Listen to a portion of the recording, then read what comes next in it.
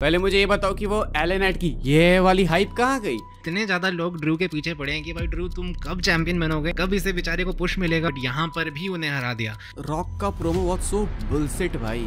अब इसके बाद लिव मॉर्गन कहाँ जा रही है दैट आई डोंट नो, लेकिन रिया रिप्ली कहाँ जा रही है दैट आई डेफिनेटली नो। वो जा रही है भाई इस टाइटल के साथ में डंपस्टर में। ब्रॉक के चलो फिर भी तुम चांसेस मान सकते हो, रही बात विंस मैकमैन की तो नो चांस इन है।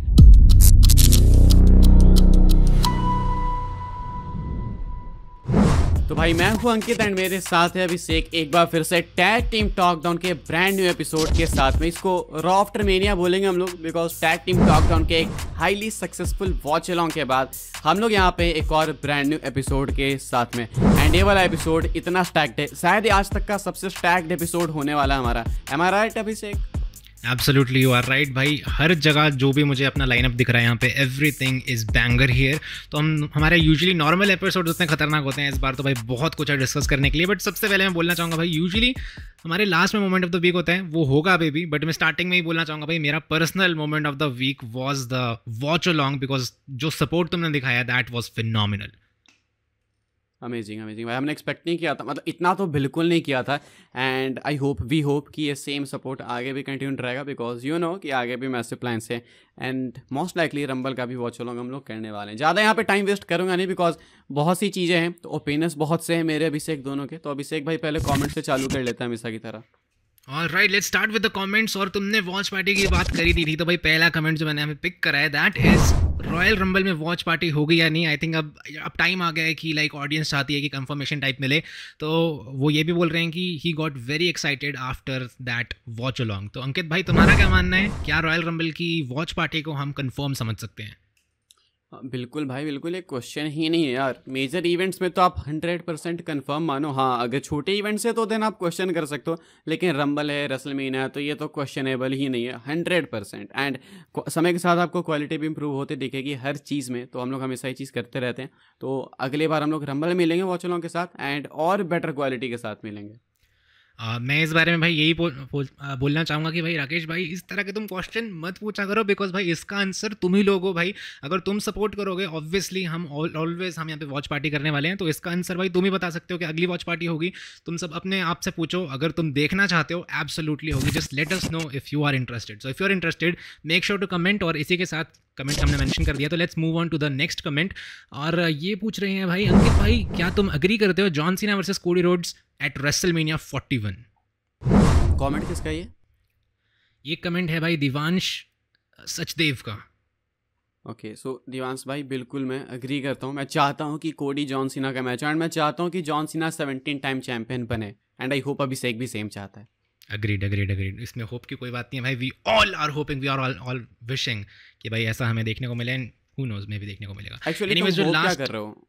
तुम होप कर रहे हो सीना के 17 टाइम चैंपियन बनने की या फिर कोडी रोड्स के हारने की? दोनों में से किस चीज़ की ज़्यादा होप कर रहे हो? यही तो मज़ा है भाई, रेसलमेनिया में दोनों चीज़ें साथ में हो सकती हैं। सो इट्स नॉट अबाउट कि भाई जॉन सीना में चैंपियन बने, कोडी रोड्स में हारे। हम साथ में ये चीज़ देख सकते हैं कि जॉन सीना जीत भी गया, कोडी रोड्स हार भी गया। So that's why like it's the best moment ever. It will be the best moment ever. Anyways moving on to the last comment. और ये कमेंट है भाई आयुष भाई का, और ये पूछ रहे हैं कि भाई लास्ट टाइम हमने कमेंट पिक नहीं किया था, इस बार हमने कर लिया है। और डोंट यू थिंक कि we should just forget Brock, क्योंकि ये जो अमेरिकन हैं ये बॉयकॉट कर देंगे डब्ल्यूडब्ल्यूई को if they bring him back. And I guess अब ब्रॉक का खुद मन नहीं करता होगा रेसल करने का। तो कित भाई तुम्हारा क्या मानना है इस बारे में? क्या हमें भूल जाना चाहिए ब्रॉक लेसनर इन डब्ल्यूडब्ल्यूई? देखो यार, बात में दम तो बिल्कुल है।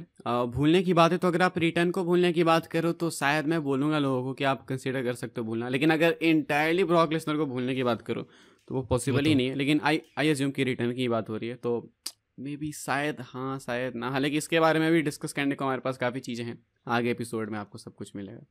बिल्कुल मेरा भी बिल्कुल यही मानना है। ब्रॉक लेसनर को भूलना will be impossible for me, but हाँ उनकी रिटर्न की बात करें तो अनफॉर्चुनेटली।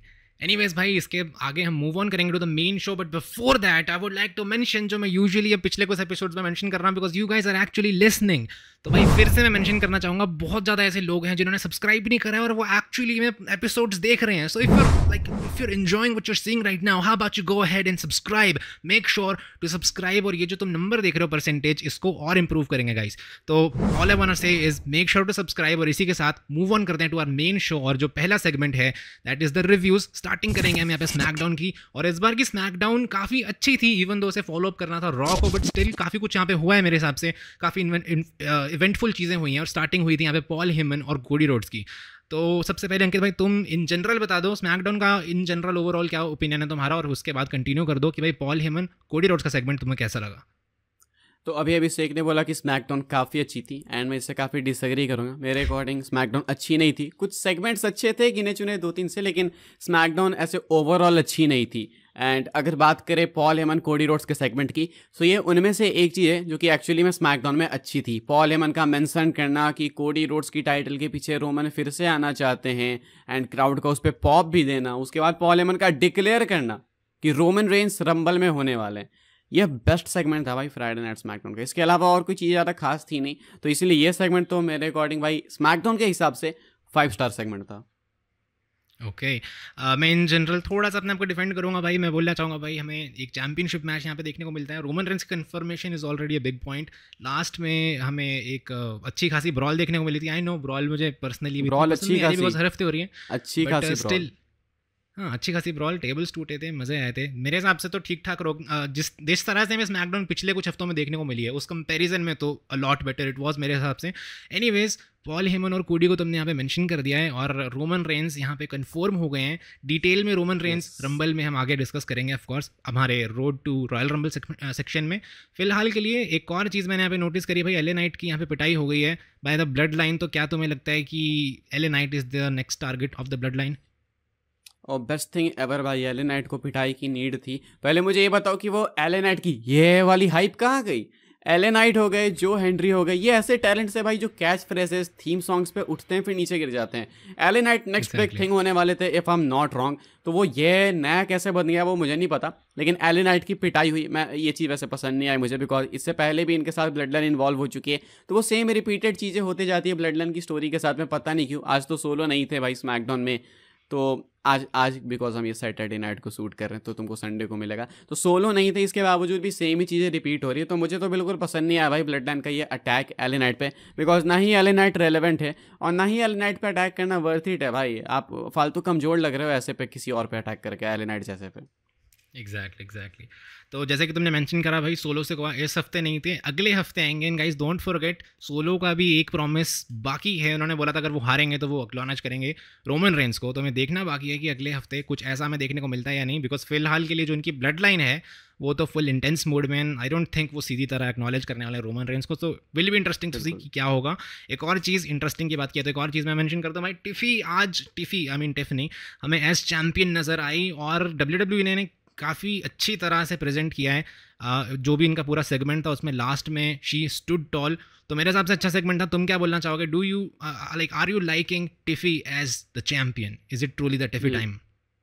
वैसे अभी तो भाई ज़्यादा टाइम नहीं हुआ, तो एज ए चैंपियन जज करना नहीं चाहूँगा मैं, बिकॉज वो फिर ऐसी हो जाएगी कि टिफ़ी पसंद है तो बस ऐसे तो नहीं। बाकी अभी तक टिफ़नी को हम एक्चुअली जज कर लेते हैं, लाइक पहली लुक में हम समझ जाते हैं। तो मैं बोलना चाहूँगा टिफ़ी काफ़ी अच्छी है, खासकर वैसे सभी को पता है कि the best women superstar is Alexa Bliss. But जब तक एलेक्सा ब्लिस नहीं आएंगी, I think if there is any women जो संभाल सकती है इस बेल्ट को, दैट इज़ डेफिनेटली टिफ़ी। तो एक ही दिन हुआ है ऐसे तो, या फिर तुम बोल सकते हो हफ्ता हो चुका है to be honest, but I think that was more than enough for me to जज कि भाई Tiffy sounds like a perfect champion as long as Alexa Bliss is not here.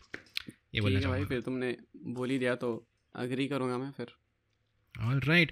और द फोर्थ सेगमेंट था हमारा भाई blood line और Cody Rhodes और Jimmy का मैच था। और ये मैच भाई थोड़ा सा मुझे इंटरेस्टिंग लगा, नॉट बिकॉज ऑफ जो भी एक्शन था एंड ऑल दैट। भाई मेन मुद्दा यहाँ पे ये है कि भाई कोडी ने जिमी के लिए खुद ये मैच बुक करवाया, पहले तो निक को बोल के कि भाई हाँ हम दोनों लड़ेंगे, मैं और Jimmy versus the blood line, और फिर बाद में वो खुद ही छोड़ के भाग गए भाई जिमी को। तो ये चीज़ ऐसे तो ऑफकोर्स इंटेंशनल नहीं थी, बट कमेंटेटर्स बार बार ये चीज़ पॉइंट आउट कर रहे थे कि भाई जिमी इज़ लेफ्ट अलोन। तो भाई मुझे तो ऐसा लग रहा है कि कहीं ना कहीं ये चीज़ जिमी को पसंद नहीं आएगी इधर। तुम्हारा क्या मानना है इस बारे में? मैच की कुछ खास बात नहीं करेंगे, of course the blood line one because it was 2-1 because Cody Rhodes apparently Jimmy को छोड़ के भाग गए थे। तो तुम इन जनरल बताओ तुम्हारा क्या मानना है, is there something in to it? मेरा तो मानना है भाई कि कोडी की कुटाई पिटाई होनी चाहिए, बिकॉज ये पहली बार नहीं कि कोडी अपने किसी दोस्त को धोखा दे रहे हैं। Kevin Owens, Seth Rollins and now Jimmy Uso, तो ये कोडी की फितरत में है। तो अगर जिमी ऊसो टर्न करेंगे तो बहुत अच्छा लगेगा भाई, अगर कोडी की पिटाई होती है तो बहुत मज़ा आएगा। डेफिनेटली मुझे लगता है कि WWE कुछ यहाँ पे बताना चाह रही थी, जैसे तुमने बोला कि कमेंट्री पे इस चीज़ को मेंशन किया गया, तो कमेंट्री पे अगर किसी चीज़ पे वजन डाल रहे हैं तो डेफिनेटली कुछ ना कुछ है उसके पीछे रीजनिंग। तो हो बिल्कुल। सकता है कि शायद कोडी का कैरेक्टर ही ऐसा इस्टेब्लिश करना चाह रहे हैं कि ये बंदा इंटेंशनली या फिर अनइंटेंशनली अपने फ्रेंड्स पे ही इवेंचुअली टर्न कर जाता है, उनको ही छोड़ देता है अकेले। बिल्कुल बिल्कुल बिल्कुल, कंप्लीटली एग्री विद दैट। तो भाई ये था मेरे हिसाब से स्मैकडाउन का छोटा सा एक रिव्यू। इसके अलावा कुछ इवेंटफुल नहीं हुआ था, बाकी as we said championship match वगैरह देखने को मिले थे, but I don't think those are worth talking about. तो मेरे हिसाब से तो इतना था अंकित भाई, तुम्हें कुछ स्पेसिफिक अगर डिस्कस करना है तो कर सकते हैं, नहीं तो हम मूव ऑन करते हैं तो मंडे नाइट रॉ जो इस बार की नेटफ्लिक्स में थी, जिसका हमने लिटरली वॉच अलॉन्ग किया, और उसके लिए हमारे पास काफ़ी कुछ है बोलने के लिए। बिल्कुल भाई, बिल्कुल बिल्कुल बिल्कुल, काफ़ी सारी चीज़। तो ओके, तो मूव ऑन करते हैं यहाँ पे रॉ पे। तो भाई रॉ की शुरुआत वैसे तो ऑफकोर्स ट्रिपल एच वगैरह ने की थी, बट रियल शुरुआत वाज बाय द फानाबास। तो सबसे पहले अंकित भाई तुम ये बताओ कि तुम्हें कैसा लगा रॉक का प्रोमो, और क्या बोलना चाहोगे? रॉक का प्रोमो वाज सो बुलशिट भाई, मुझे समझ नहीं आया कि रॉक के प्रोमो से हमने जो एक्सपेक्ट किया था, क्या उसका 1% भी डिलीवर किया WWE ने। फाइनल बॉस के सिर्फ एक लक्षण उसमें दिख रहे थे भाई, वो जो सूट, वो जो अपनी अटायर पहन के आए थे रॉक, दैट्स इट। इसके अलावा एक वर्ड रॉक ने कुछ ऐसा नहीं बोला भाई जिसे देख के लगे कि ये तो वही फाइनल बॉस है जो कोडी को बरसात में भिगो भिगो के मार रहा था, या फिर ये वही फाइनल बॉस है जो कि भाई मामा रोड्स वाली बेल्ट से कोडी की कुटाई कर रहा था। ये फाइनल बॉस अलग ही था भाई, ये कोडी से गले मिल रहा था, सबको रिस्पेक्ट पे कर रहा था। तो स्टार्टिंग तो बहुत रबिश लगी मुझे, बिल्कुल ये समझ नहीं आया कि आखिर इसके पीछे का इंटेंशन क्या था। कुछ लोग ऐसा बोल रहे हैं भाई कि शायद WWE जो नॉर्मल ऑडियंस है, जो नई नई ऑडियंस आई थी स्टार्टिंग फर्स्ट 30 मिनट्स में, उनको दिखाना चाहती थी कि रॉक ऐसा है, बट रॉक ऐसा नहीं है ना करंट स्टोरी लाइन के अंदर। तो अपनी ऑर्गेनिक चीज़ आप दिखाओगे तो आई गेस वो ज़्यादा इंपैक्टफुल होगा, बिकॉज ये वाला रॉक तो आप कहीं भी देख सकते हो, रेड कारपेट पे देख लोगे, किसी इवेंट को अगर रॉक होस्ट करें तो वहाँ पे देख लोगे, लेकिन WWE वाला रॉक क्या है वो तो आपने दिखाया ही नहीं। ये चीज़ मिसिंग आउट थी मुझे लगता है। बिल्कुल, और आई थिंक तुम बिल्कुल सही बोल रहे हो। मैं एक पॉइंट यहाँ पे ऐड ऑन करना चाहूँगा just to make it even more clear कि हम एग्जैक्टली किस बारे में बात कर रहे हैं। तो भाई इन जनरल तुम देखो तो भाई स्टोरी लाइन की जो कंटिन्यूटी थी वो पूरी यहाँ पे टूट चुकी है। अगर तुम्हें याद हो तो भाई बैड ब्लड से भी पीछे जा सकते हैं हम, to be honest. Raw after WrestleMania में तुम जाओ तो कितना खतरनाक इंटेंस फेस ऑफ था। खैर तुम अगर वो भूल गए तो कोई बात नहीं, तुम बैड ब्लड की बात कर लो। तो बैड ब्लड में Rock was so pissed off at both Roman and at Cody Rhodes, दोनों पे वो काफ़ी पिस्ड ऑफ थे। उन्होंने एक इंस्टाग्राम लाइव की थी, उसमें उन्हें काफ़ी गुस्सा आया हुआ था। And all of a sudden अब हमें रॉ नेटफ्लिक्स में रॉक दिखते हैं और वो दोनों को एक्नॉलेज कर रहे हैं, दोनों को प्रेज कर रहे हैं। तो ऑफ कोर्स ये डेफिनेटली जैसे कि तुमने बोला एक बुलशिट टाइप का प्रोमो ही था, बिकॉज यहाँ पे कंटिन्यूटी कंप्लीटली इग्नोर की गई है। और एज यू सेड कि उनका जो थीम सॉन्ग है, उनकी जो लुक है, that was the only final boss thing about the rock. तो मेरा भी इसमें यही कुछ मानना है। एनीवेज यहाँ पे मूव ऑन करते हैं to Roman versus Solo, the tribal combat for the Ula Fala. तो इस बारे में तुम्हारा क्या मानना है? मैच कैसा लगा तुम्हें, और ऑफकोर्स मैच के बाद क्या हुआ था वो कैसा लगा तुम्हें? मैच तो अच्छा था भाई, to be honest. Main event match था जो कि इन्होंने स्टार्टिंग में डाल दिया, मेन इवेंट होना चाहिए था ये। अभी मेन इवेंट पे आएंगे तो इसके बारे में मैं और एक्सप्लेन करूँगा। एंडिंग की बात करें भाई तो एंडिंग भी ठीक ही ठाक लगी मुझे, लेकिन मैच में रोमन को वीक बुक किया गया भाई। रोमन को अलग तरीके से कमज़ोर दिखाया इन्होंने। जब से रोमन बेबी फेस बने सेम कंप्लेन रही है मेरी कि रोमन को वीक बुक किया जा रहा है। ये वो सेम रोमन नहीं है, वो ट्रैश टॉकिंग नहीं हो रही, तो वो अग्रेसन नहीं दिख रहा, वो फिजिकलिटी नहीं दिख रही। रोमन कहीं ना कहीं वीक लग रहे हैं। इवन लाइव स्ट्रीम में वॉच अलॉन्ग में अभिषेक ने मेंशन किया था कि फिजिक के मामले में भी रोमन थोड़े कम लग रहे हैं। तो वो तो मैंने उतना नोटिस नहीं किया, अभिषेक उसको एक्सप्लेन करेगा। लेकिन बाकी मुझे लगता है कि रोमन को वीक दिखाना बहुत बड़ी मिस्टेक है। अगर बाद में रोमन को फिर से थ्रेट आप बनाना चाहते हो तो एंडिंग की बात करें तो एंडिंग से कोई शिकायत नहीं है मेरी, बिकॉज रॉक का आना इनफ था। वो उला फाला पहनाना ठीक था, मैं ये नहीं बोल रहा कि वहीं पर अटैक कर देते, कुछ कर देते चलेगा, लेकिन ये सेम चीज़ अगर शो के एंड में होती तो बेस्ट थिंग एवर होती भाई। तो तुम बताओ अभी से। एग्रीड। तो भाई सबसे पहले तो मैं तुम्हारा ये फिजिक वाला पॉइंट ही मेंशन कर देता हूँ। एब्सोल्युटली मैंने ये चीज़ मेंशन करी थी इन द लाइव स्ट्रीम। तो मेरा बोलने का मतलब ये था कि भाई रोमन ने अपनी तरफ से काफ़ी मेहनत की अपनी बॉडी में, उनके six packs and all that बिल्कुल रिप्ड बॉडी है, बट समहाउ टीवी पे वो काफ़ी लाइक कि बोल सकते हो तुम थिन से नज़र आते हैं, लाइक क्रूजर वेट टाइप नज़र आते हैं। Even though I mean which is the like crazy part, because उन्होंने एक्स्ट्रा मेहनत की अपनी बॉडी पे, बट वो चीज़ पता नहीं क्यों रिप्रेजेंट नहीं हो पा रही ऑन टीवी, बिकॉज टीवी में वो पहले से कम इंटीमिडेटिंग लगते हैं, एटलीस्ट इन माई ओपिनियन। तुम्हारा ओपिनियन यहाँ पे चेंज हो सकता है, बट मेरे ओपिनियन में ऐसा कुछ सीन है। एनीवेज एक और चीज़ मैं यहाँ पे मेंशन कर दूंगा भाई, मुझे ये सेगमेंट अच्छा लगा था टू बी ऑनेस्ट, पूरा का मैच और एंडिंग भी, बिकॉज भाई यही वो सेगमेंट है जहाँ पे वॉच अलॉन्ग में अंकित ने मुझे 100 रुपये ट्रांसफर करे थे। So it is like officially my favourite segment of the entire watch long.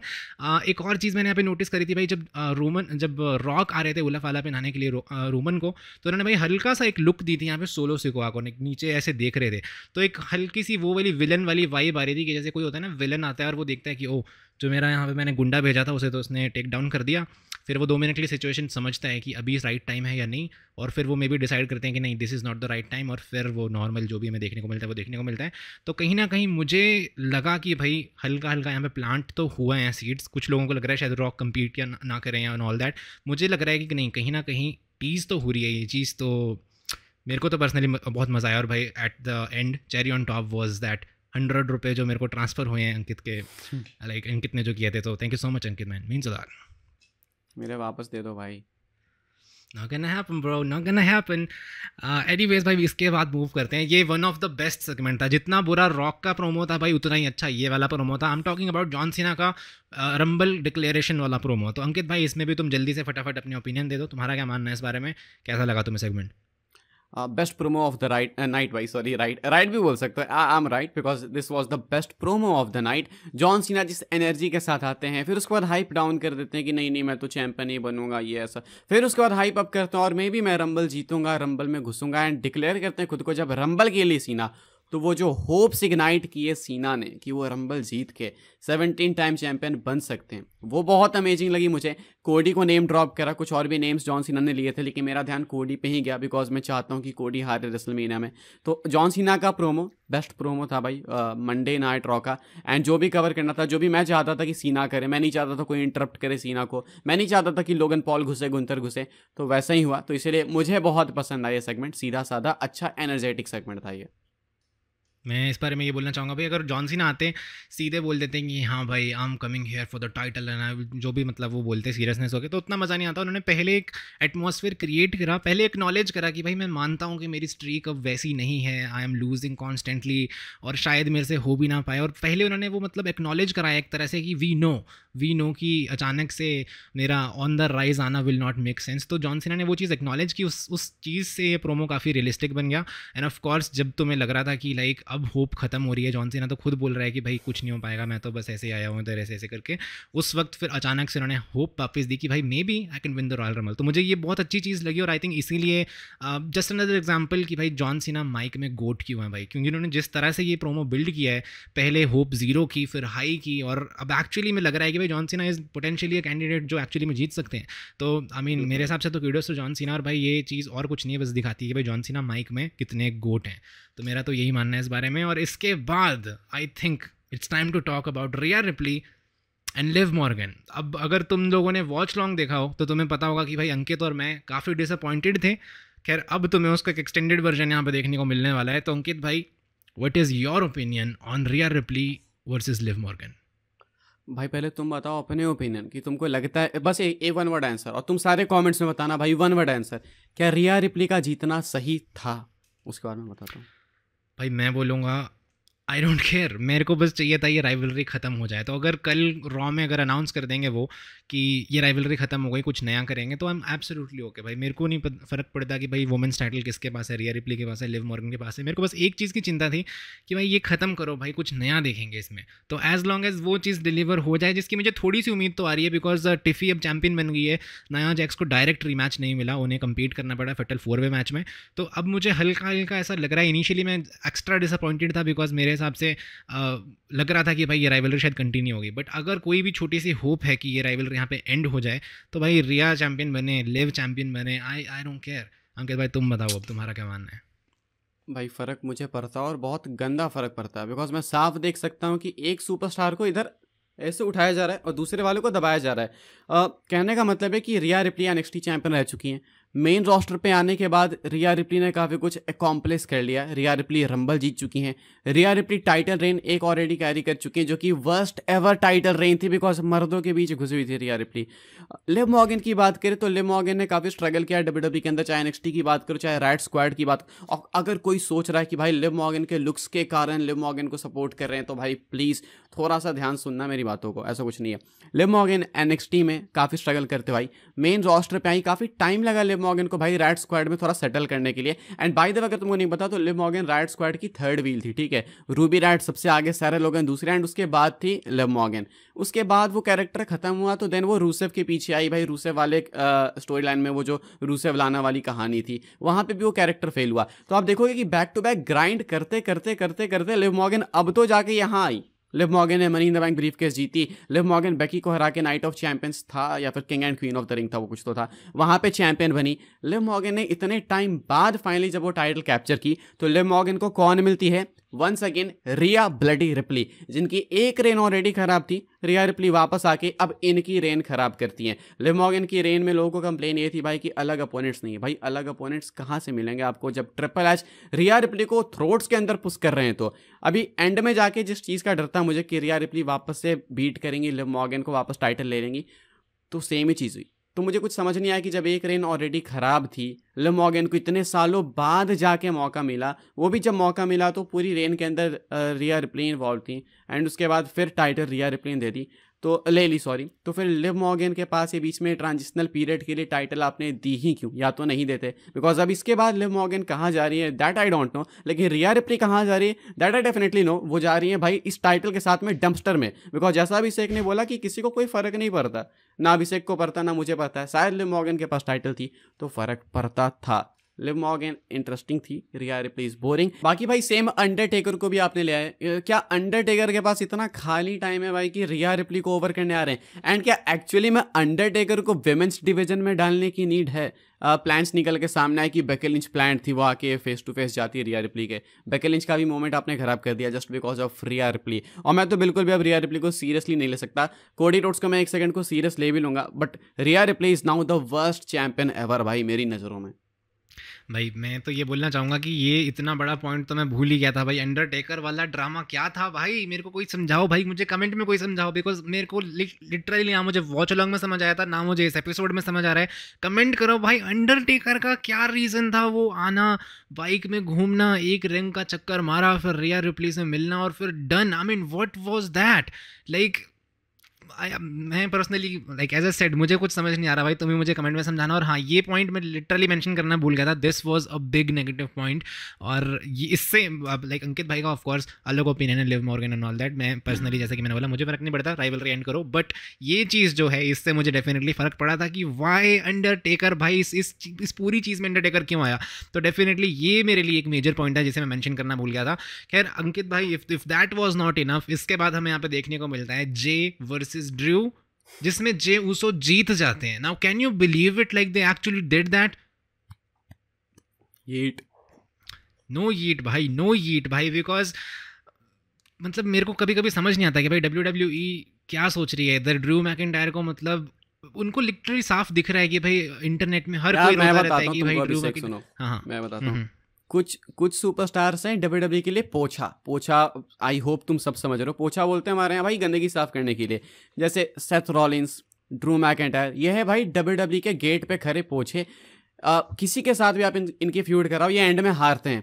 चाहे CM पंक से मैकिंटायर को हारना हो, चाहे CM पंक से रॉलिंस को हारना हो, चाहे जे ऊसो से मैकिंटायर को हारना हो। भाई क्या तुमको लगता है कि ये वही मैकिंटायर है जो रेसलमेनिया 36 में ब्रॉक लेसनर को उस तरीके से एक तरीके से मानो भाई डोमिनेटिंग फैशन में हरा के आया था? क्या वो वही मैकिंटायर है? मैकिंटायर जे ऊसो से हार गए भाई। एंड इस चीज़ पे इतना खराब रिएक्शन था मेरा कि मुझे रिएक्ट करने का मन भी नहीं कर रहा था। मैं मानता हूँ कि जे ऊसो आपके मर्चेंडाइज सेलर में देखोगे तो भाई काफ़ी टॉप पे आएंगे, काफ़ी प्रॉफिटेबल है, but we don't care about your numbers भाई। वी केयर अबाउट कि मैकिंटायर जिस लेवल के सुपरस्टार है उसको उस लेवल की बुकिंग दो ना, हमेशा हर फ्यूड में क्यों हराते हो? बिल्कुल। और जैसे कि आई थिंक पिछले 1-2 एपिसोड से मैं बोलता हुआ आ रहा हूँ कि भाई काफ़ी लोगों को लगता है भाई ट्रिपल एच सब कुछ इंटरनेट में देखता है, ट्विटर में देखता है। भाई ट्विटर में एक्चुअली में आंखें खोल के देखे तो तुम्हें देखेगा कितने ज़्यादा लोग ड्रू के पीछे पड़े हैं कि भाई ड्रू तुम कब चैंपियन बनोगे, कब इसे बेचारे को पुश मिलेगा। और बिल्कुल उसका ऑपोजिट होता है। आई थिंक ये वन मैच ऐसा था जहाँ मुझे लगा कि फाइनली यहाँ पे अब जो भी मोमेंटम लॉस हुआ था CM पंक से हारने के बाद, वो यहाँ पे मे बी रिकवर हो जाए थोड़ा बहुत ही। सही जी से तो क्या ही फर्क पड़ेगा, बट स्टिल थोड़ा बहुत ही यहाँ पे हो जाए, बट यहाँ पर भी उन्हें हरा दिया। तो ये चीज़ मुझे पर्सनली काफ़ी गंदी लगी भाई। और ये अभी तक के लिए मेरे लिए पर्सनली सबसे ज़्यादा डिसअपॉइंटिंग ये चीज़ थी भाई। सेम। ओके, इसके बाद हम यहाँ पे मूव ऑन करते हैं हल्क होगन के प्रोमो के, तो मतलब वो बिल्कुल एक छोटा सा प्रोमो था वैसे, और उसमें भी काफ़ी ज़्यादा बूज आ रहे थे। तो अंकित भाई तुम्हारा क्या मानना है? वैसे तो मैंने तुम्हारा रिएक्शन भी ऑन स्ट्रीम वॉच अलॉन्ग में देखा ही था, तो स्टिल लेट मी नो कि भाई तुम्हारा क्या मानना है इस बारे में। भाई मेरा मानना ये है कि ट्रिपल एच को बहुत अच्छे से मालूम था बूज किसको नहीं मालूम था भाई, तुम मुझे बताओ, सबको मालूम था। अग्रीड भाई। हल्क हॉगन को सेटअप किया गया यहाँ पे, हल्क हॉगन यहाँ पे आएंगे, उनको मालूम था कि बूज मिलेगी, उसके बाद दोबारा कभी नहीं आएगा, तो बस दोबारा कभी ना आए इसीलिए भाई इनको बूज दी गई है और जानबूझ के इनको सेटअप किया गया। तो ठीक है, वैसे तो डिजर्विंग भी है भाई, जितना सुनने में आता है बिल्कुल तो डिजर्विंग भी है। अग्रीड। तो इसके पास लाइक इस रिलेटेड मेरे पास भी कुछ यहाँ पे खास बोलने के लिए नहीं है। इसके बाद सीधा हम यहाँ पे मेन इवेंट पे चलते हैं। और तुमने मेंशन करा था कि भाई रोमन और सोलो को मेन इवेंट होना चाहिए था। मैं कंप्लीटली एग्री करता हूँ, बट यहाँ पे देखो तुम देख रहे हो दोनों चीज़ों में मतलब इन्होंने बैलेंस करा है कि एक मैच हम इतना अच्छा बना देंगे कि वो मेन इवेंट डिजर्व करे, पर दूसरे की हाइप हम इतनी अच्छी बना देंगे कि वो मेन इवेंट डिजर्व करे। इनमें से एक भी मैच ऐसा नहीं था जिसमें दोनों चीज़ें प्रॉपर थी। सीएम पंक सेथ रॉलिंस की हाइप बहुत अच्छी थी, तो भाई मैच में वो कहीं ना कहीं डिलीवर नहीं हुआ। और रोमन और सोलो का मैच काफ़ी अच्छा था, तो भाई हाइप उसकी कंप्लीटली डेड थी। तो इस तरह की तो WWE फिलहाल चल रही है। खैर जो भी है, सीएम पंक और सेथ रॉलिंस की हम यहाँ पे बात कर रहे हैं। अंकित भाई what is your opinion? Opinions तो ये भाई कि रिजल्ट एक्सपेक्टेड था, मैंने बोला था पिछले हफ्ते अपनी प्रेडिक्शंस में सेगमेंट में उसमें कि सीएम पंक जीतेंगे, लेकिन एक चीज़ मैं एक्सेप्ट नहीं कर सकता, वो ये कि सेथ रॉलिंस ऐसे क्लीन हारेंगे। या तो हारते उसके बाद कुछ तो होना चाहिए था। Monday night raw on Netflix, जो कि रेसलमेनिया से कंपेयर कर रहे थे आप, जिसका स्टार्ट जो था भाई वो इतना मैसिव था। रॉक आते हैं, जॉन सीना आते हैं, रोमन उला फाला रिक्लेम करते हैं, उसकी एंडिंग सेथ रॉलिंस चित पर हैं, पिन हो गए, सो खत्म। तो ये चीज़ बहुत डिसअपॉइंटिंग थी। रिजल्ट पता था कि सीएम पंक जीत सकते हैं, लेकिन जिस तरीके से जीते वो चीज़ मुझे पसंद नहीं आई। तो जैसे मैंने अभी जस्ट बोला भाई कि Seth Rollins and Drew McIntyre ये WWE के लिए एक तरीके से पोछा है भाई। कोडी रोड्स आके 3 बार हराए, चाहे सीएम पंक आके 10 बार हराए, उससे कोई फ़र्क पड़ता ही नहीं है। तो इसलिए रिजल्ट एक्सपेक्टेड था, लेकिन इस तरीके से एंड नहीं करना था, स्पेशली सो को तो बिल्कुल नहीं करना था। मेन इवेंट कैलिबर का मैच नहीं था भाई इसमें मैं ये बोलूँगा कि भाई सिर्फ तुम मैच बोलो तो फिर भी ठीक था, बट एंड मैंने आई थिंक वॉच अलॉन्ग में भी बोला था कि भाई मैच को उसकी एंडिंग से जाना जाता है भाई। और एंडिंग की अगर बात करें तो वो बहुत ब्लैंड थी। खैर इस पूरे शो में मुझे एक चीज़ बड़ी कॉमन नज़र आई भाई, कि एक ना फील गुड टाइप का प्रोमो था। और आयरनीज हमें उसमें भी गुड फील नहीं हुआ, बट क्या रिगार्डलेस एक फील गुड टाइप का ये पूरा शो था, जिसमें हर बेबी फेस यहाँ पे जीता है। रोमन, रिया, जे, पंक सबके सब यहाँ पे जीत गए। और आई थिंक यही कुछ दिखाना चाह रहे थे वो कि फील गुड हैप्पी मोमेंट देंगे और सारे खुश होकर घर जाएं, बट ऐसा ऑफ कोर्स नहीं हुआ। बट खैर जो भी है। दूसरी चीज़ मैंने यहाँ पे नोटिस की कि भाई एक्चुअली में बोचेस भी थे। लाइक ये मैच मैंने एक्चुअली में वॉच अलॉन्ग के बाद फिर से एक बार चेकआउट करा था। मैंने नोटिस करा है कि भाई सीएम पंक ने अनाउंस टेबल का जो टॉप होता है उससे सेथ रॉलिंस को हिट किया था, एंड अपेरेंटली रेफरी ने कंप्लीटली इग्नोर कर दिया था।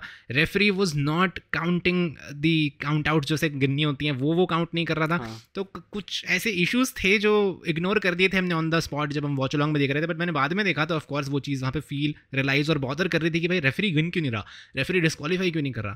तो ऐसी छोटी छोटी चीज़ें थी। बट ओवरऑल मैं यही बोलूँगा भाई इस मैच की अगर हम बात करें कि भाई मैच से मुझे दिक्कत नहीं है, मैच ठीक ठाक था, but as A said ending matters, और एंडिंग में इन्होंने मस्त हगा है। तो यही मैं बोलना चाहूँगा। इसके आगे अंकित भाई अगर तुम्हें कुछ और एडिशनल डिस्कस करना है तो तुम कर सकते हो, नहीं तो हम आगे बढ़ते हैं towards road to Royal Rumble. आगे ही बढ़ेंगे भाई, बिकॉज आई थिंक इस बार हमने काफ़ी टाइम लिया है रिव्यू सेक्शन में। सो अब हम आते हैं सीधा रोड टू रॉयल रंबल में। क्या कुछ WWE ने कंफर्म किया वो देख लेते हैं। तो भाई रोमन रेंस ऑफिशियली कंफर्म हो चुके हैं कि वो एंट्री लेने वाले हैं 30 मैंस रॉयल रंबल मैच में, as well as John Cena. तो ये दोनों नेम्स तो बिल्कुल कंफर्म है। बाकी जे उसो, एले नाइट, सीएम पंक ये भी कंफर्म ही है एक तरीके से, लेकिन इनका जो मेंशन है WWE ने ग्राफिक में किया नहीं। रोमन के बारे में बात करेंगे अभिषेक भाई, क्या रोमन जीत सकते हैं क्या, ये बताओ। भाई जीतने का मैं इतना श्योर नहीं हूँ। मैं तुम्हें इतना बोल सकता हूँ कि मैं फाइनल 3 फाइनल 4 में डेफिनेटली मतलब नज़र आएंगे। फाइनल 4 तक तो वो डेफिनेटली जाने वाले हैं। जीतने का मैं श्योर इसलिए नहीं हूँ बिकॉज एज ए सेड मुझे अभी भी पूरी 100 में से 100% उम्मीद है कि भाई रॉक रोमन यहाँ पे होने वाला है। और वो तभी हो पाएगा अगर रोमन अगर लाइक ऑफकोर्स अगर वो रंबल जीत गए तो फिर सेंस कम बनती जाएगी इस मैच की। तो मुझे ऐसा लगता है कि कहीं ना कहीं हम एक्सपेक्ट कर सकते हैं कि भाई जो रॉक हैं वो यहाँ पे कॉस्ट करेंगे रोमन को उनकी ये रॉयल रंबल मैच। तो मेरे हिसाब से तो फिलहाल ऐसा होगा। बट हाँ मैं ये प्रेडिक्ट जरूर करूँगा कि मैं फाइनल 3 फाइनल 4 तक डेफिनेटली पहुँचते नज़र आ सकते हैं रोमन रेंस। बट रॉक कैसे करेंगे कॉस्ट, बाहर से निकाल देंगे या एंट्री लेंगे, रॉक क्या करेंगे? हाँ मतलब वो आई मीन वो तो फाइनल बॉस है भाई, final boss does what final boss wants, तो वो अलग अलग तरह से ये चीज़ कर सकते हैं। I mean who knows, maybe पूरी की पूरी ब्लड लाइन ही आ जाए और लास्ट में रिवील हो कि हाँ ये तो रॉक का ही ऑर्डर था या जो भी है। या फिर लास्ट टाइम जो CM Punk 2013 में जिस तरह से रंबल में एलिमिनेट हुए थे, आई थिंक केन वगैरह आके बाहर से इन्होंने खींच लिया था उन्हें, जो भी है कुछ उस तरह का भी हो सकता है।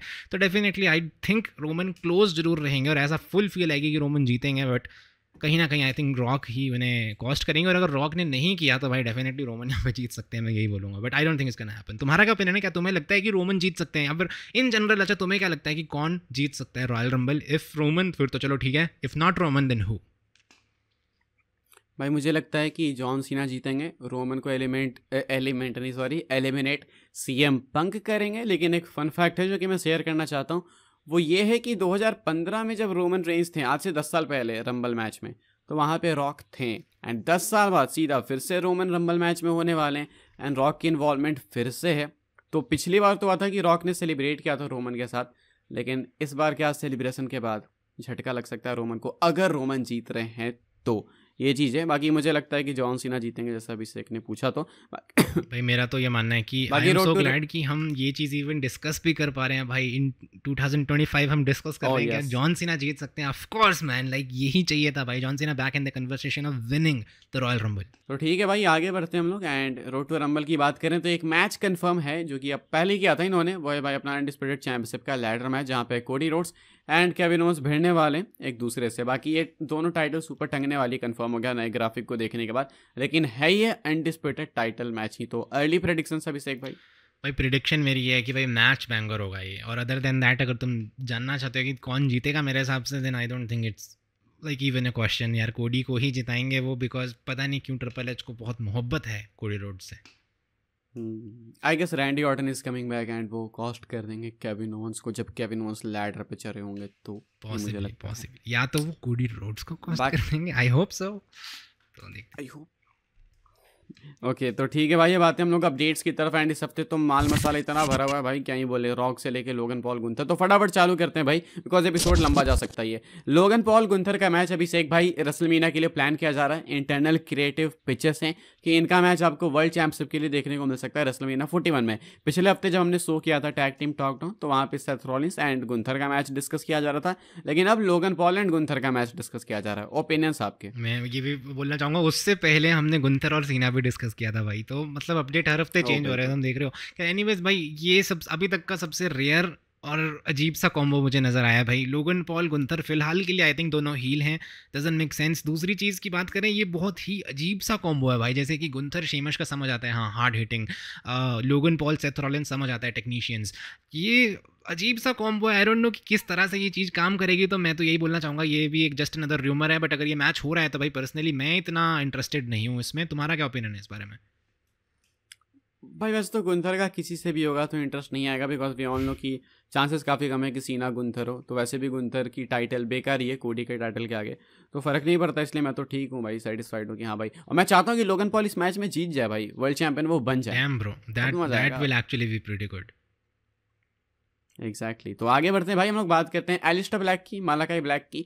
AEW के अंदर हैं, लेकिन शायद कुछ टाइम तक AEW लीव कर सकते हैं। अपडेट्स का कहना है कि फरवरी या मार्च का टाइम होगा जब ये फ्री एजेंट बन जाएंगे। एंड डेफिनेटली WWE की तरफ से इंटरेस्ट है, बहुत पहले अपडेट आई थी निकल के सामने, तो इसका मतलब है WWE के अंदर आ सकते हैं। तो क्या हमें रेसलमेनिया के लिए एक्सपेक्ट करना चाहिए भाई मालाकाई ब्लैक को? अभिषेक क्या है तुम्हारा थॉट्स? भाई आई होप भाई, मैं तो मालाकाई ब्लैक नहीं बोलूँगा, मैं एलिस्टर ब्लैक बोलूँगा, बिकॉज मैंने एलिस्टर ब्लैक जब WWE में था मैंने काफ़ी टाइम से फॉलो किया था, और मैं उसे, तुम लोग हंसोगे शायद से कमेंट में, नहीं हंसोगे तो भी मुझे बता देना, बट मेरे हिसाब से भाई एलिस्टर ब्लैक को मैं अंडरटेकर मानता था भाई, नेक्स्ट अंडरटेकर मानता था।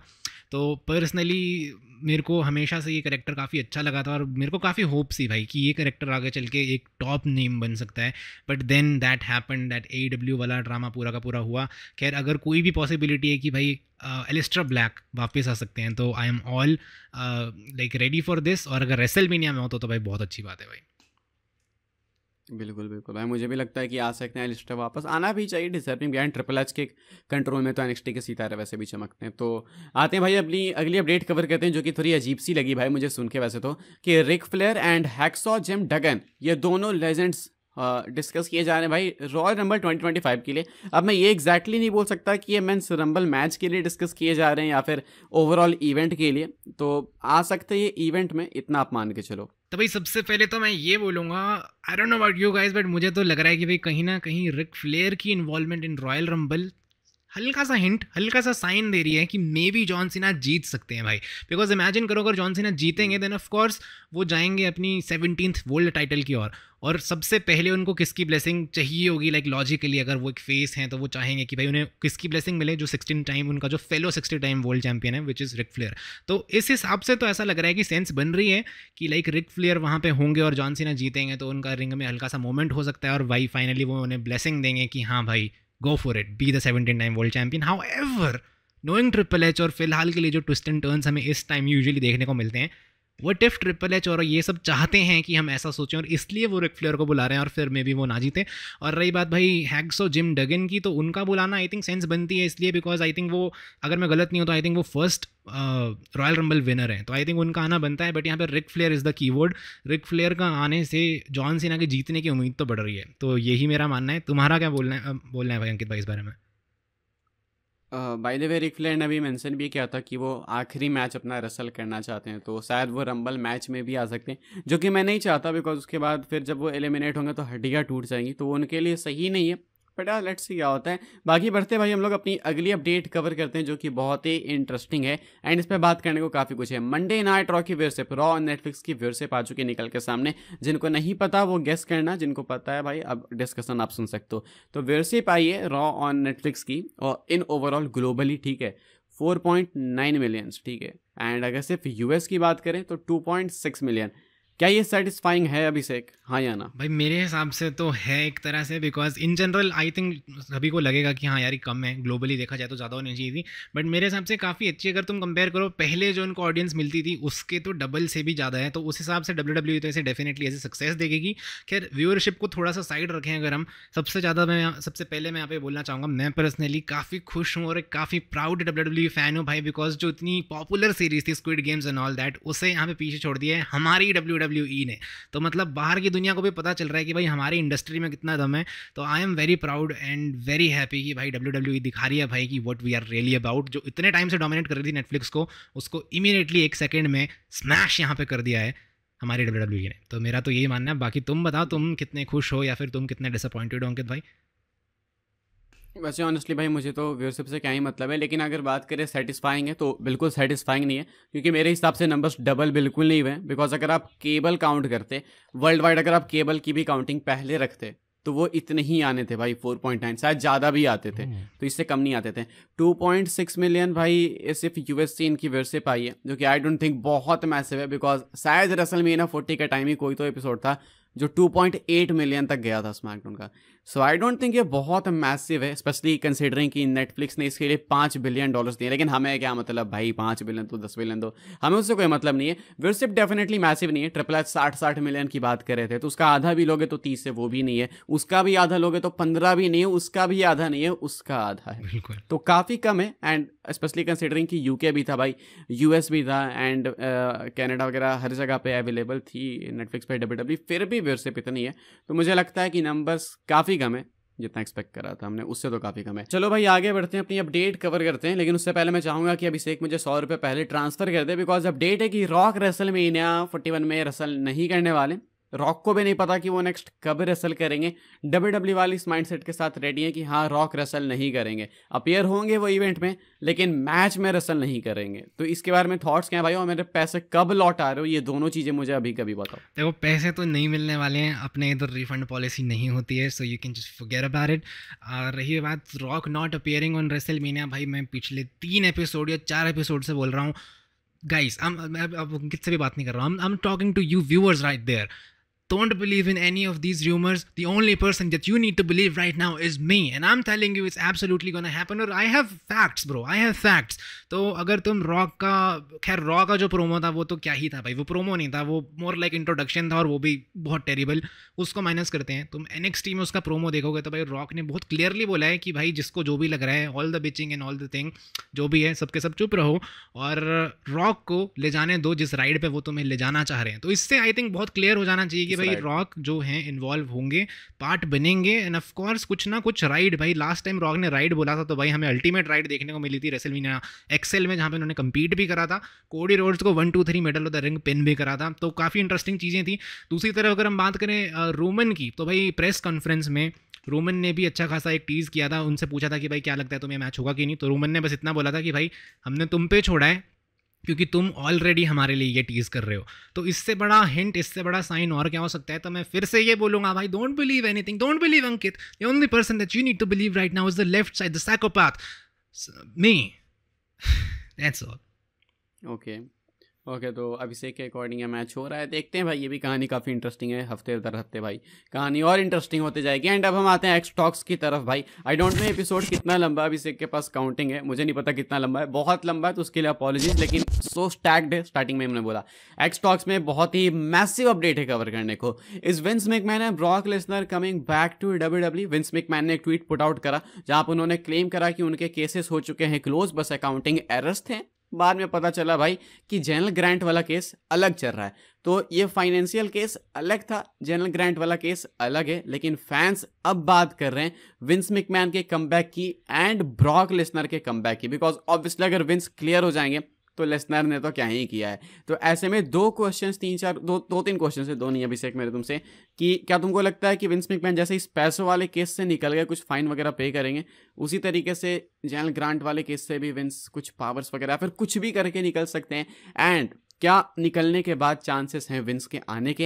एंड अगर है तो बहुत अच्छी है, नहीं वो बाद में बताएंगे, नहीं है तो फिर क्या लेसनर के आने के चांसेस हैं? ये 3-4 क्वेश्चंस के आंसर्स मुझे कर दो भाई फटाफट। भाई सबसे पहले तो मैं बोलना चाहूँगा कि भाई ब्रॉक लेसनर का तो मामला स्ट्रेट अप वहीं से जुड़ा हुआ था, जो कि अभी तक मामला टच नहीं हुआ है। जनरल ग्रांट जो भी तुमने नाम बताया था वो ऑफकोर्स उससे मैं यहाँ पे बोलूँगा कि भाई जैसे कि विंस अगर सब कुछ सॉल्व कर भी दे, तो अज्यूम कर लो सब फिक्स हो गया भाई, विंस मैकमैन के आने के चांसेस तो मुझे ऑलमोस्ट जीरो लगते हैं भाई, बिकॉज अब टाइम काफ़ी बदल चुका है। पहले एक ऐसा टाइम था कि अगर सब कुछ क्लियर हो जाए और विंस चाहेंगे कि भाई अगली रॉ मैं शुरुआत करूँगा तो वो कर सकते थे, because he had that power. अब सिचुएशन काफ़ी अलग है भाई, अब वो चाहेंगे भी कि हाँ सब क्लियर है और मुझे अपीयर होना है, वो नहीं हो पाएंगे, because it's not his company any मोर। तो आई थिंक कि ये सब तो अब नहीं होने वाला है, और ये भी मैं अज्यूम कर रहा हूँ कि सब फिक्स हो गया तो, सब सॉल्व हो गया तो। ऐसे ऐसे जो केस होते हैं ये लंबे भी चलने को बहुत लंबे भी चल जाते हैं। So I mean I don't know about that, but अगर तुम मान भी लो कि हाँ भाई किसी अर्थ में, किसी मल्टीवर्स में सब सॉल्व हो भी जाए, तो भाई विंस मैकमैन का तो मैं पर्सनली बोलूँगा कि भाई 0% ही चांस है। दूसरी तरफ ब्रॉक लेसनर की बात करें तो भाई उस तरफ तुम्हें थोड़ी सी उम्मीद दिख सकती है, बट उस केस में भी मैं ये बोलूँगा कि भाई अभी ही है टाइम। अगर जल्दी सॉल्व हो गया तो ठीक है, थोड़ा सा भी टाइम लग गया तो भाई फिर तुम ब्रॉक को भी भूल जाओ, बिकॉज उनकी एज भी हो जाएगी, और वैसे भी वो मल्टीपल टाइम्स अपने करियर में बोल चुके हैं कि वो काइंड ऑफ अपनी रिटायरमेंट मान चुके थे। जैसे लास्ट टाइम उन्होंने रेसलमेनिया 36 के लिए बोला था कि भाई जैसे ही मैंने ड्रू को पुट ओवर किया था मैंने तो डिक्लेयर कर दिया था कि मेरी रिटायरमेंट, फिर वो वापस आ गए थे। तो उसी तरह 2-4 मोमेंट्स ऐसे हैं जिनमें ब्रॉक ने कंसिडर कर ली थी अपनी रिटायरमेंट। तो आई थिंक अभी भी उन्होंने काइंड ऑफ की ही होगी। ऐसा भी हो सकता है वो सब उनका नाम क्लियर हो जाए, वो फिर भी ना आए, जैसे कि आई थिंक हमारा फर्स्ट कमेंट आया था उसी तरह से। तो ब्रॉक के चलो फिर भी तुम चांसेस मान सकते हो। रही बात विंस मैकमैन की, तो नो चांस इन हेल। बिल्कुल भाई, मैं 100% एग्री करूँगा यहाँ पे अभिषेक से, मुझे भी सेम लगता है। लेकिन एक चीज़ है जो कि मैं थोड़ा सा इसको उठाना चाहता हूँ मुद्दे को, शायद विंस मैकमैन अपनी एक अलग रेसलिंग कंपनी बना ले। अगर ये हो जाएगा तो भाई बताओ कितना मजा आएगा। फिर तो भाई it will be so much fun, but I hope Vince McMahon ऐसा जल्दी करें, because I don't think he has lot of time left. तो अगर कुछ ऐसा वो करेंगे भाई, बाकी मुझे नहीं पता कि ऑडियंस के क्या रिएक्शन होंगे या फिर क्या क्या होगा, बट मेरे को एक चीज़ पता है, रेसलिंग वर्ल्ड अपसाइड डाउन जरूर हो जाएगा। हमारा tag team talk down upside down जरूर हो जाएगा, बिकॉज फिलहाल के लिए हम स्मैकडाउन रॉ रिव्यू करते हैं। व्हाट इफ हम विंस मैकमैन का शो भी रिव्यू करना शुरू कर दें? सो बिल्कुल पूरी रेसलिंग की दुनिया घूमने वाली है अगर तो ऐसा हो गया तो मैं तो बोलना चाहूँगा भाई हो गया तो मज़े आएंगे, इसलिए आई होप सो भाई। और दूसरी एक और चीज़ मैं पहले मेंशन करना भूल गया था, मैं भी मेंशन कर देता हूँ। तो मुझे नहीं पता विंस मैकमैन का केस सॉल्व होगा या नहीं, बट अगर हो जाए और सब वो क्लियर निकलें समहाउ सम वे, अगर वो बिल्कुल मतलब इनोसेंट निकलें, तो मैं इतना ज़रूर चाहूँगा कि उनको वो रिस्पेक्ट वापस मिले जो वो डिज़र्व करते थे। उनको चाहे तो एक मौका दे दो कि लाइक वो बोल पाएँ आके कि हाँ भाई मैंने पॉइंट प्रूव किया है, innocent and all that. Because भाई इतना बड़ा बंदा जिसने ये सब शुरू किया इन द फर्स्ट प्लेस, उसे एक फाइनल सेंड ऑफ मिलना चाहिए इफ़ ही इज़ इनोसेंट। तो ये मैं बोलना चाहूँगा। बाकी भाई मैं तो बस ये बोलना चाहूँगा कि विंस कल्प्रिट हो सकते हैं, नहीं भी हो सकते हैं, बट मेरे अंदर कुछ तो है भाई, ये कीड़ा जो कि मुझे कहता है कि अगर कल्प्रिट हैं भी, नहीं भी हैं, तो भी शायद इस केस से ये बच के निकल जाएंगे भाई। अब या तो ये बोलो विंस का समय खत्म हो जाएगा केस खत्म होने से पहले, यानी तो Vince McMahon is Vince McMahon. जिसने डॉक्यूमेंट्री देखी है वो सबको मालूम है कि विंस कैसे कैसे निकल जाते हैं। मुझे लगता है कि लिसनर वापस आ सकते हैं अगर नाम क्लियर हो जाता है तो। बाकी एक चीज़ मैं और ऐड करना चाहूँगा भाई, मैंने कुछ ट्वीट्स देखे इतने अजीब अजीब से, मैंने अभिषेक को भेजा भी था कि लोग कह रहे we don't need Brock Lesnar, we don't need Vince McMahon near this company any more. लोग ऐसे ट्वीट करते हैं भाई जैसे इनकी ही बनाई हुई कंपनी है। अब चाहे बाद में इनोसेंट प्रूव हो ना हो, इन्हें चाहिए ही नहीं ये लोग कंपनी के करीब भी। तो ये भी एक कमाल की चीज़ है। लेकिन मैं ज़्यादा टाइम खाऊंगा नहीं भाई, अब इस एपिसोड को हम लोग रैप अप करेंगे मोमेंट ऑफ द वीक के साथ में। सो अभिषेक तुम्हारी बारी। तो भाई सबसे पहले तो मैं अपना moment of the week already बता चुका हूँ, एंड दैट इज़ कि भाई जो तुमने वॉच अलॉन्ग में सपोर्ट दिखाया था, that was my moment of the week. फिलहाल के लिए तुम बोल सकते हो my moment of the year as well, because अभी साल शुरू हुआ है और अभी तक तुमने जो मुझे बेस्ट मोमेंट दिया है, and that is that support in the watch along. खैर जो भी है, अपने रेसलिंग वर्ल्ड की अगर बात करें तो भाई फिलहाल के लिए moment of the week will be that Roman और रॉक की जो इंटरेक्शन हमें देखने को मिली थी, गुला फाला पिनाया था रॉक ने रोमन को, तो that was my moment of the week. Ankit भाई तुम्हारा क्या मानना है? बिल्कुल सेम भाई, 100% अग्री करूँगा मैं। और इसके अलावा मुझे नहीं लगता कि 90% लोगों का कुछ और भी होगा, तो सेम अग्री करूँगा मैं इससे। रॉक का प्रोमो नहीं, मैं भी रॉक रोमन की बात कर रहा हूँ, उला फाला वाले सेगमेंट की बात कर रहा हूँ। सो दैट इज़ इट भाई इस वाले एपिसोड के लिए। आई डोंट नो एपिसोड कितना लंबा है, घंटा लंबा है, 50 मिनट 40 मिनट, लेकिन जितना भी आई होप्स आपने इन्जॉय करा होगा हमेशा की तरह। कंटिन्यूस सपोर्ट के लिए कंटिन्यूसली थैंक्स बोलना चाहते हैं हम दोनों, बिकॉज हमने सोचा नहीं था भाई कि tag team talk down will be so big इतनी जल्दी। सो थैंक्स सारे सपोर्ट के लिए, एंड जितने भी एक्टिवर्स हैं सारे नाम हमें याद है, कॉमेंट्स हमें याद हैं, तो कंटिन्यूस सपोर्ट के लिए once again thanks. And Spotify पर हम लोग अवेलेबल हैं, ऑडियो वर्जन आप वहाँ पर सुन सकते हो, स्ट्रीम कर सकते हो, जाना तो रेट कर देना।